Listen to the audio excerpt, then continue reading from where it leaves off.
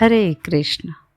भगवत गीता यानी भगवान श्री कृष्ण की दिव्य वाणी, और ये दिव्य वाणी जिस दिन प्रकट हुई थी वो दिन यानी मार्गशीर्ष मास के शुक्ल पक्ष की मोक्षदा एकादशी अर्थात गीता जयंती का दिन। वास्तव में भगवत गीता कोई धार्मिक पुस्तक नहीं है, अपितु संपूर्ण मानव समाज का पथ प्रदर्शित करने वाला मार्गदर्शक है। इसमें विश्व शांति का संदेश भी है और सफलता के सूत्र भी।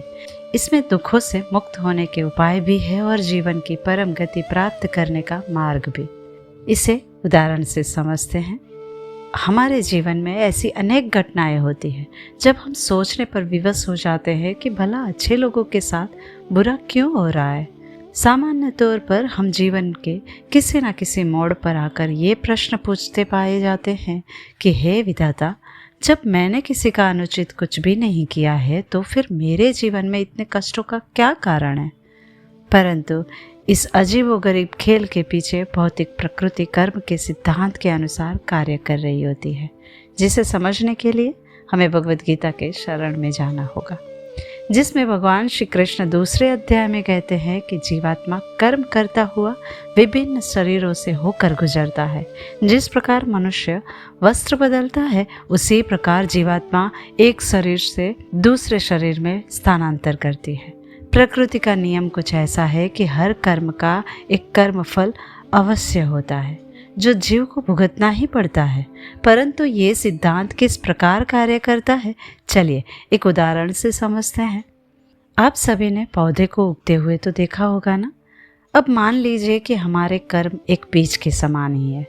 जब एक बीज को मिट्टी में बोया जाता है तो अनुकूल स्थिति आने पर वह बीज अंकुरित होता है। धीरे धीरे उसमें एक छोटा सा पौधा विकसित होता है और देखते ही देखते कुछ वर्षों में वो एक छोटा सा पौधा एक विशाल वृक्ष बन जाता है। फिर कुछ समय बाद उस विशाल वृक्ष पर फूल और फल भी उगते हैं। लेकिन इस संपूर्ण प्रक्रिया में कुछ समय अवश्य लगता है। इस कर्म का सिद्धांत भी इसी प्रकार कार्य करता है। कर्म भी दो प्रकार के होते हैं, दीर्घकालीन कर्म और त्वरित कर्म। त्वरित कर्म जिसका परिणाम और फल आपको तुरंत भुगतना पड़ता है, और दीर्घकालीन कर्म वे होते हैं जिनको फलित होने में कुछ समय लगता है। कर्म और उसके फल का ये चक्र ही जीवन मृत्यु का चक्र कहलाता है। मृत्यु के पश्चात नवीन शरीर धारण कर लेने पर जीव अपने पुरातन शरीर के बारे में सब कुछ भूल जाता है और अपने जीवन में आने वाले फल का कारण नहीं समझ पाता, जो कि उसके पूर्व जन्मों के कर्मों के कारण उत्पन्न होता है। हमारे जीवन में मिलने वाले दुख, तकलीफें और कष्ट हमारे कर्मों पर निर्भर करते हैं, और हमारे कर्म निर्भर करते हैं मुख्य दो विषयों पर। पहला, संपूर्ण जीवन काल के दरमियान हमारी चेतना कैसी रही और हमने किस प्रकार के कर्म किए, और दूसरा, मृत्यु के समय हमारी चेतना क्या थी। तो अब आप समझ गए होंगे कि हमारे जीवन में सुख और दुख दोनों का कारण हमारे पूर्व जन्म में कहीं ना कहीं किए गए कुछ ना कुछ कर्म होते हैं। अब बुद्धिमान लोग किस प्रकार से इस तथ्य को अपने जीवन में उपयोग करते हैं, ये उनके स्वभाव और सकारात्मक सोच पर निर्भर करता है, जिनके अनेकों उदाहरण हमारे धर्मशास्त्र और इतिहास में देखने को मिलते हैं कि जब आप जीवन में एक ऐसे दौर से गुजर रहे हो और कोई आपको ये कहे कि परमात्मा ने आपको कष्ट देकर आपके साथ अन्याय किया है, आखिर परमात्मा को आप ही क्यों मिले। अब जब जीवन के ऐसे कष्टदायक समय में आप क्या सोच रहे हो ये आप पर निर्भर करता है। उस समय भगवत गीता जैसे धर्म ग्रंथ आपको मार्ग दिखाते हैं, जो आपकी सहायता करते हैं। दुनिया में कई ऐसे लोग हैं जो बिना कुछ प्राप्त किए ही उनका जीवन समाप्त हो जाता है। तब आपने तो जीवन में बहुत कुछ प्राप्त किया। जब जीवन में सफलता की ऊंचाइयों पर होते हैं तब हम परमात्मा को कभी नहीं पूछते हैं कि आखिर मैं ही क्यों। तो फिर जब जीवन में दुख का समय आता है तो फिर परमात्मा को क्यों सवाल करते हैं कि आखिर मैं ही क्यों।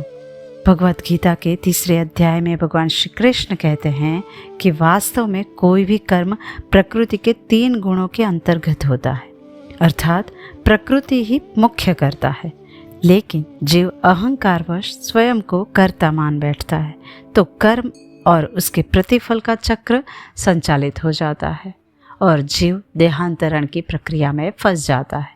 अब प्रश्न ये उठता है कि जब सारी चीज़ें प्रकृति द्वारा निर्धारित है तो हमारे कर्म कैसे काम करते हैं? तो इसका उत्तर है कि हाँ, प्रकृति द्वारा सब चीज़ें निर्धारित की जाती है, लेकिन कौन से कर्म को चुनना है, अच्छे या बुरे, ये हम पर निर्भर है और यही हमारे कर्म का फल बनता है। अच्छा कर्म चुनने वाले लोगों को आने वाले समय में भी अच्छा प्रतिफल प्राप्त होता है और बुरे विकल्पों का चयन करने वाले लोगों को आज नहीं तो कल बुरे कर्म फलों का भुगतान करना ही पड़ता है।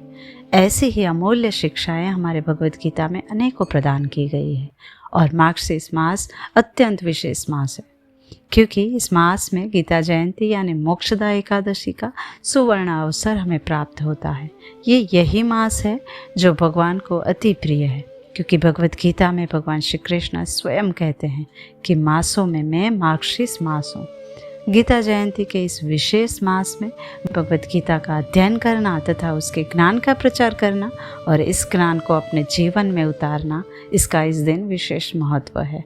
भगवद गीता ऐसा दिव्य ग्रंथ है जिसका दान मनुष्य के साथ इस जन्म में भी रहता है और आने वाले जन्मों में भी साथ रहता है, क्योंकि आज नहीं तो कल मनुष्य भगवद गीता अवश्य पढ़ेगा और उससे लाभान्वित होगा।